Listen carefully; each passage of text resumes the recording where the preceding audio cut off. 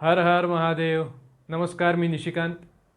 आज व्हिडिओ बनवण्याचं कारण की जो मध्यंतरी म्हणजे 2-3 दिवसापासून व्हायरल झालेला व्हिडिओ आहे, गिरनार दत्त शिखरावरती जी काही घटना घडली त्या घटनेचा सगळ्यांना प्रचंड राग आलेला आहे.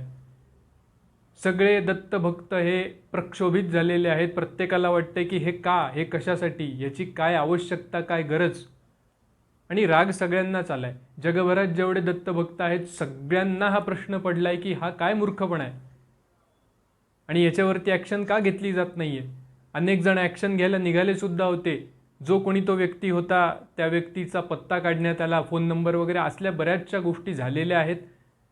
तो व्यक्ती महाराष्ट्रातला आहे असं सुद्धा समोर आलेलं आहे.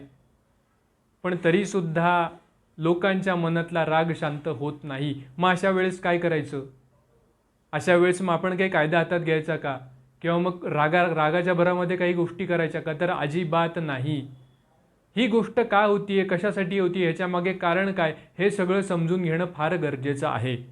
पहिली गोष्ट, आत्ताच ही गोष्ट होतीये, का बरं होतीये, ह्याच्यामागे विचार करणं आवश्यक आहे. आणि ही पहिल्यांदाच होतंय का? तर नाही. 2017मध्ये सेम घटना तिथे झालेली होती.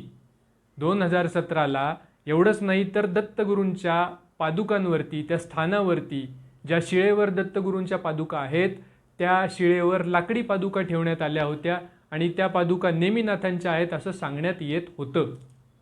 इतकंच नाही तर रोज सकाळी दत्तगुरूंची आरती जेव्हा होते ब्रह्ममुहूर्ताला, त्यानंतर एक जैन दिगंबर मुनी वरती यायचे दत्तस्थानावरती. म्हणजे त्यांच्यासाठी जरी ते नेमिनाथांचं स्थान असलं तरी ते दत्तस्थान आपलं आहे, तेच सत्य शाश्वत सनातन आहे. तर त्या स्थानावरती एक दिगंबर संन्यासी यायचे आणि नेमिनाथांच्या पादुकांना नमस्कार करून पूजा करून पुन्हा खाली जायचे. हा प्रकार 2017ला सुरू होता. त्यानंतर त्या पादुका तिथून हलवण्यात आला कारण कोर्टाचा निर्णय आला. ही केस कोर्टात होती. अनेकांना माहिती नसेल तर सांगतो की या बाबतीत जो वाद होता स्थानाचा तो कोर्टात गेला होता आणि कोर्टाने स्पष्ट सांगितलेलं आहे की हे स्थान भगवान दत्तात्रेयांचंच आहे, इतर कोणाचंही स्थान नाही.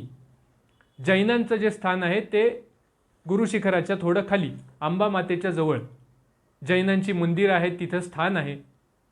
तर 2017ला सुद्धा हा वाद पुढे आला होता आणि कोर्टाच्या केसचा निकाल आल्यानंतर त्या पादुका तिथून हलवण्यात आल्या. मग आत्ता असं काय झालंय, आत्ता असं काय घोडं अडलंय की ज्याच्यामुळे जबरदस्ती हा प्रकार तिथे चालवला जातो? याच्यामागे एक सगळ्यात महत्त्वाचं कारण आहे की जैन आणि हिंदू यांच्यामध्ये तेढ निर्माण करणे, जैन आणि हिंदू यांच्यामध्ये भांडणं लावून देणे, वितुष्ट निर्माण करणे, हा याच्या मागचा सगळ्यात मोठा अजेंडा आहे. तुम्हाला माहिती असेल खलिस्तान्यांचं नाव समोर करून ज्या प्रकारे शीख आणि हिंदूंमध्ये फूट पाडली जाते, त्याच प्रकारे दत्तगुरूंच्या स्थानांचा वाद उकरून जैन आणि हिंदूंमध्ये फूट पाडण्याचा हा प्रकार आहे. कारण तुम्ही मागील काही दिवसात बघितलं असेल, अनेक वर्षांपासून जैन संन्यासी हिंदूंना, म्हणजे स्वतःला ते हिंदूच मानतात, जैन आणि हिंदू हे काही वेगळे नाहीत. उपासना पद्धती वेगळ्या असतील एखाद्या वेळेस, परंतु हे दोन्हीही धर्म, दोन्हीही पंथ, दोन्हीही संस्कृती सनातनातून आलेल्या आहेत. जैनसुद्धा सनातन धर्माला मानतात, हिंदू तर सनातन धर्माचाच अंश आहे. मग अशा वेळेस काय करता येईल ज्याच्यामुळे हिंदू आणि जैनांमध्ये फूट पडेल, त्यासाठी ही गोष्ट सुरू केलेली आहे. 2017ला कोर्टाचा निकाल आल्यानंतर सुद्धा, त्यानंतर कोर्टाचा निकाल आला होता, त्यानंतर सुद्धा जर अशा गोष्टी होत असतील तर ह्याच्या मागे कारस्थान आहे. त्यामुळे आपण जर काही रिॲक्शन घेतो, तुम्ही जर बघितला असेल व्हिडिओ नीट, तर तिथे मुद्दाम दत्तस्थानावर असलेल्या, गुरु शिखरावर असलेल्या संन्यासांना, जे संन्यासांचे शिष्य आहेत त्यांना, तिथल्या सेवेकरांना उकसवण्याचा प्रयत्न करण्यात आला. त्यांना मुद्दाम उकसवण्यात येत होतं की त्यांनी काहीतरी ॲक्शन घेतली पाहिजे. रागाच्या भरात येऊन कोणीतरी संन्यासी मारेल, कोणीतरी संन्यासी शिवी देईल, कोणीतरी संन्यासी काहीतरी असं रागाच्या भरात करून बसेल ज्याच्यामुळे त्यांना व्हिडिओ शूट करता येईल. व्हिडिओ शूट करून तो सगळीकडे व्हायरल करायचा आणि हे बघा, हे हिंदू संन्यासी असे असतात, हिंदूंनी जैनाला मारलं.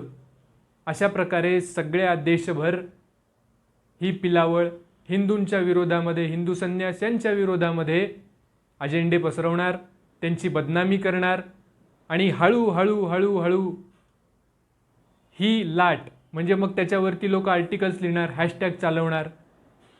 अनेक असे व्हिडिओ कुठून कुठून कुठून जुने उकरून काढून काही फेक व्हिडिओ क्रिएट करून ते सगळीकडे पसरवणार आणि असं वातावरण क्रिएट करणार की संन्यासी हे देशासाठी घातक आहेत आणि याचा शेवट होणार की कुंभमेळ्यावरती बंदी घाला किंवा संन्यासांना बायकॉट करा. कुठेतरी संन्यासांच्या हत्या केल्या जातील, त्यांच्या स्थानावरती धावा बोलला जाईल, कुठेतरी त्यांना घातपात केल्यासारख्या सुद्धा गोष्टी केल्या जाऊ शकतात. अशा प्रकारे यांचं प्लॅनिंग, कारण हे याच्या आधी झालेलं आहे. वामपंथी विचारधारेची हीच परंपरा आहे. याच प्रकारे ते काम करतात की एक छोटीशी गोष्ट समोर आणली जाते आणि त्याच्यातून पूर्ण राईचा पर्वत केला जातो आणि असं दाखवलं जातं की हिंदू संन्यासी वाईट आहेत, हिंदू धर्म वाईट आहे, यांच्या रूढी परंपरा प्रथा वाईट आहेत. ह्या पलीकडे जाऊन अजून तुम्हाला काही गोष्टी सांगतो की आज या क्षणी म्हणजे जेव्हा रोपवे झाला, गिरनारवरती रोपवे झाला, त्यानंतर जैन मंदिरांचा जीर्णोद्धार करण्यात आला. पूर्ण जैन मंदिरं नवीन करून चकाचक करून तिथे डेव्हलपमेंट करण्यात आली. समोरची जैन धर्मशाळासुद्धा डेव्हलप झाली, तिथे राहण्याची, जैन धर्मियांना राहण्याची तिथे सोय आहे आणि त्यानंतर ही लोकं इकडे येऊ लागली. मी माझा स्वतःचा म्हणजे अनुभव सांगतो, मी बघितलेला किस्सा आहे, मी स्वतः बघितलेल्या गोष्टी आहेत. गिरनार पर्वतावरती 2017, 16, 15, 14 यावेळेस काय स्थिती होती किंवा अगदी जोपर्यंत रोपवे बनला नव्हता तोपर्यंत स्थिती अशी होती की जैन धर्मीय संन्यासी तिथे त्रागा करायचे. कारण त्यांना त्यांच्या साधनेसाठी जागा असायची. जैन धर्मशाळा, जी गिरनारवरती जैनांची धर्मशाळा आहे, तिथे जैन संन्यासी, फक्त तिथे तेव्हा जैन संन्यासीच असायचे जे त्यांच्या साधनेसाठी यायचे आणि त्यांची सेवा करायला जे कोणी त्यांचे भक्त असतील तेवढेच फक्त गिरनारवरती उपलब्ध होते. बाकी त्यांच्या मंदिरामध्ये कोणी ढुंकूनही पाहत नव्हतं, कोणीही तिथे जात नव्हतं. अतिशय वाईट परिस्थितीत खंडहर बनली होती त्यांची मंदिरं. जे जुने साधक असतील, जे नेहमी गिरनारला जातात, त्यांना माहिती आहे त्या मंदिराची एवढी बेकार अवस्था होती. आणि संन्यासांचं म्हणणं होतं की अरे तुम्हारे भगवान का स्थान है, तुम आते क्यों नहीं. तेव्हा एकही जैन सामान्य माणूस भक्त तिथे वर यायचा नाही. सगळे कोण होते, जे अंबामातेचं दर्शन घ्यायला यायचे, जे गुरुशिखरावरती यायचे, अशा प्रकारे हिंदू धर्माला फॉलो करणारेच लोक सगळ्यात जास्त तिथे यायचे. आणि जैन लोकांचं सगळ्यात मोठं कारण काय असायचं सामान्य लोकांचं, की वरती चढावं लागतं, आम्हाला चढणं होत नाही, आम्हाला खूप त्रास होतो, मग आम्ही वरती येणार नाही, असं म्हणून लोक वर चढायचे नाहीत. बहुत चढना पडता है ऊपर, इतना ऊपर कौन चढेगा. म्हणजे कम्फर्ट त्यांना जास्त महत्त्वाचा होता, भगवंत महत्त्वाचा नव्हता. हे तिथल्या जैन संन्यासांचे उद्गार आहेत की लोकांना देव महत्त्वाचा वाटत नाही, उपासना महत्त्वाची वाटत नाही, काय महत्त्वाचं वाटतं तर कम्फर्ट, मला चढवत नाही आहे, मला चालवत नाही आहे, अशा गोष्टी त्यांना महत्त्वाच्या वाटतात. हे चुकीचं आहे. हे जैन संन्यासी तेव्हा तिथे बोलायचे, तेव्हा त्यांना वाईट वाटायचं की आपलं स्थान आहे आणि आपल्या स्थानावर लोक येत नाही आहेत, काय येत नाही तर चढावं लागतं. आणि नंतर काही दिवसानंतर घोषणा झाली, 2018ला घोषणा झाली की तिथे आपल्याला रोपवे करायचा आहे. नंतर तो पूर्णसुद्धा झाला आणि रोपवे झाल्यानंतर लोकांची गर्दी तिथे वाढायला लागली. स्थानावरचं महात्म्य लोकांना लगेच समजायला लागलं. चढण्यापेक्षा रोपवेनी जाता येतं हे समजल्यानंतर लगेच मंदिराचा जीर्णोद्धार करण्यात आला, मंदिर एकदम चकाचक करण्यात आलं. तोपर्यंत मंदिराची कोणालाच पडलेली नव्हती, जैन मंदिरांची. जैन धर्मशाळासुद्धा बकाल हालतमध्ये होती, तिथे सुद्धा कोणाला काहीही पडलेली नव्हती. पण हा सगळा रोपवेचा करिश्मा आहे की तिथे जैन संन्यासी, जैन धर्माचे जे लोक आहेत त्यांना जरा उत्तेजना मिळाली, त्यांचं स्थान पुन्हा पुनरुज्जीवित झाल्यासारखं झालं आहे.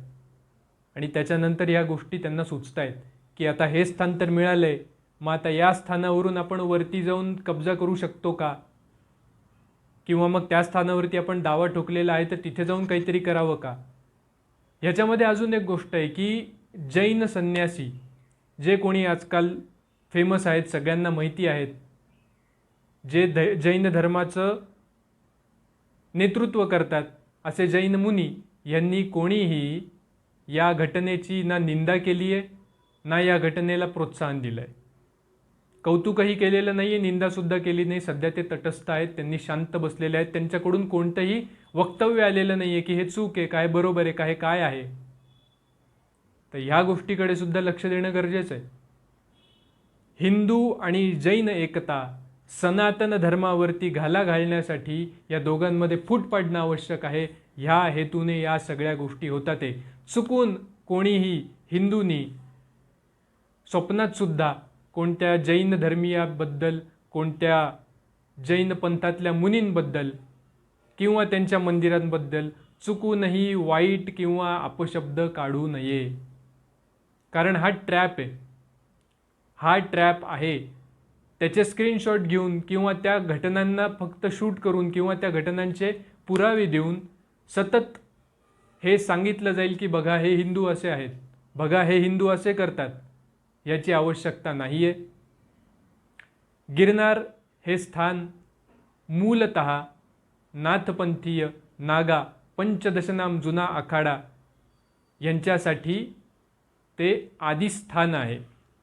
गुरु दत्तात्रेय हे त्यांचे आदिगुरू आहेत. त्यांचा संपूर्ण पंथ गुरु दत्तात्रेयांपासून सुरू होतो. त्यामुळे आपल्यापेक्षा जास्त काळजी त्यांना आहे. त्यामुळे आपण रागारागात जाऊन काही करणे, काही वेडवाकडा अर्वाच्य बोलणे, जैन धर्माची निंदा करणे असल्या गोष्टी आपल्याकडून अजिबात व्हायला नकोत. तुम्ही चुकून केलात म्हणजे ह्या गोष्टी रागाच्या भरात कोणी केल्या तर ट्रॅपमध्ये तुम्ही फसणार आणि आयत्या हातात म्हणजे माकडाच्या हातात कोलीत दिल्यासारख्या गोष्टी होतील. त्यामुळे प्रत्येक हिंदूंनी काळजी घ्या. चिडू नका, रागराग करू नका, शांत बसा, गंमत बघा आणि दत्तगुरूंच्या स्थानावरती काहीही होणार नाही याची शाश्वती तुम्ही बाळगा. वहाँ सिर्फ गुरु दत्तात्रेय नहीं बैठे, वहाँ उनकी फौज है. नाथ वहाँ बैठे हैं, नागा वहाँ बैठे हैं, अघोरी भी है, हर कोई है. गिरनार उन्हीं का ही स्थान है. सिद्धों की भूमि गिरनार में ये ऐसी चीज़ें बड़ी चिल्लर सी मानी जाती है. वहाँ किसी का कुछ नहीं होने वाला. ऐसे कई आए गए, हवा भी नहीं लगती, कहाँ चले गए पता भी नहीं चलता. तो निश्चिंत रहिए, आनंद में रहिए. ये खेल है, बस उसे देखिए, मज़ा लीजिए, हंसिए. बाकी तो गुरु दत्तात्रेय भगवान की कृपा है ही. हर हर महादेव. जय गिरनारी.